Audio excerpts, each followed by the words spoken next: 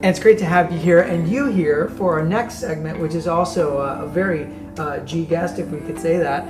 His name is Spencer Brown, and he has a really great packaging and design company. He's going to join us today. So Spencer, come on down. Thanks for joining us. Yeah. Great. Awesome. Welcome to G Living's Live. For our guests, why don't you tell us a little bit about yourself and what has you with us today?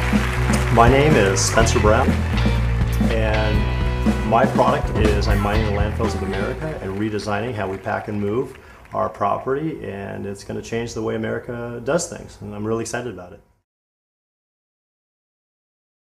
Look at our guest today, like mining what? What did he say, a landfill miner? Why don't you just explain what you mean by that? Because we talked to you a little bit before we started rolling today. So okay, well, mining the America's landfill my journey started about 1.5 years ago, and I had to pack and move a home office. And I spent about $800 in cardboard boxes. And I was a little shocked. And then when I tried to dispose of the boxes, it was really difficult. I mean, I called people, I placed ads on the web, I couldn't find anyone to take. It's just like 200 boxes. They're like $3 a piece. So I'm like, between the tape, the boxes, the peanuts. So I thought, let me pack some stuff up, put it in my car, drove it to the landfill. And I was shocked.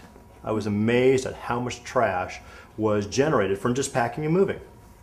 So I dropped off my boxes and I started doing some research. And the more I researched, the problem is that we didn't have a solution.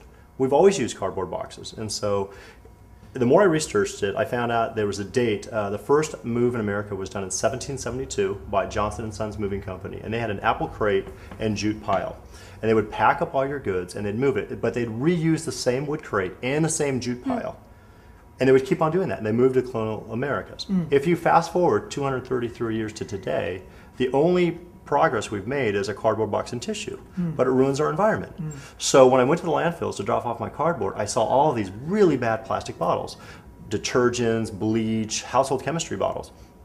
I had a huge aha, and I said, I'm going to take those bottles, and I'm going to make a really cool moving box, and I'm going to change the way America packs and moves. Awesome. I know you're probably curious, like let's see some of this. We're gonna take a break in a moment and we're gonna show some of the products that you've created. Right. How did you arrive at this? I mean, we got to the journey to the landfill, but what was happening in your life before then that had you have this moment? I'm a product designer, and I'm always looking to solve a problem. And every designer has a core value of let's not just copy a problem, let's solve a problem. And by going to the landfills and throwing away my cardboard, I saw an opportunity to take out from the landfills. And so the process started with plastic bottles, it went into baby diapers, it went into bad paper sludge.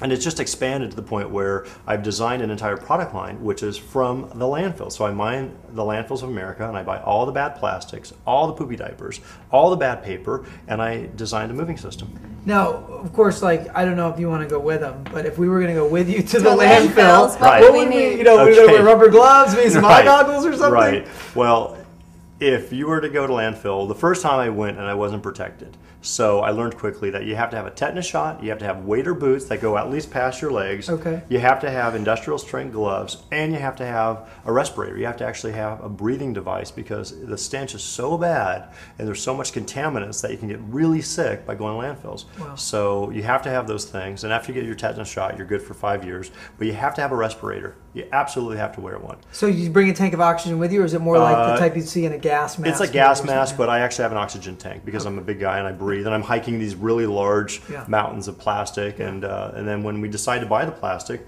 we tell the landfill companies to extract it, bundle it, and then we process the plastic out. Same with poopy diapers and same with bad paper. Wow. Now, how close is like the largest landfill from here?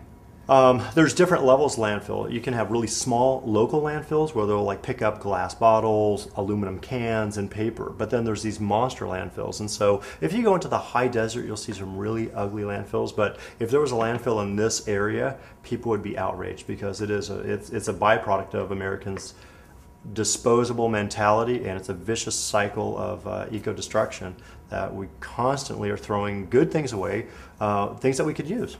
Well, that's why we're going to have Spencer show us some of the products that he's designed with his background as a product designer. And we're going to do that next. So will you stick around? Absolutely. Okay, great. So we'll be back right after this, and we'll take a look at some of the things he's inventing on the things that we throw away.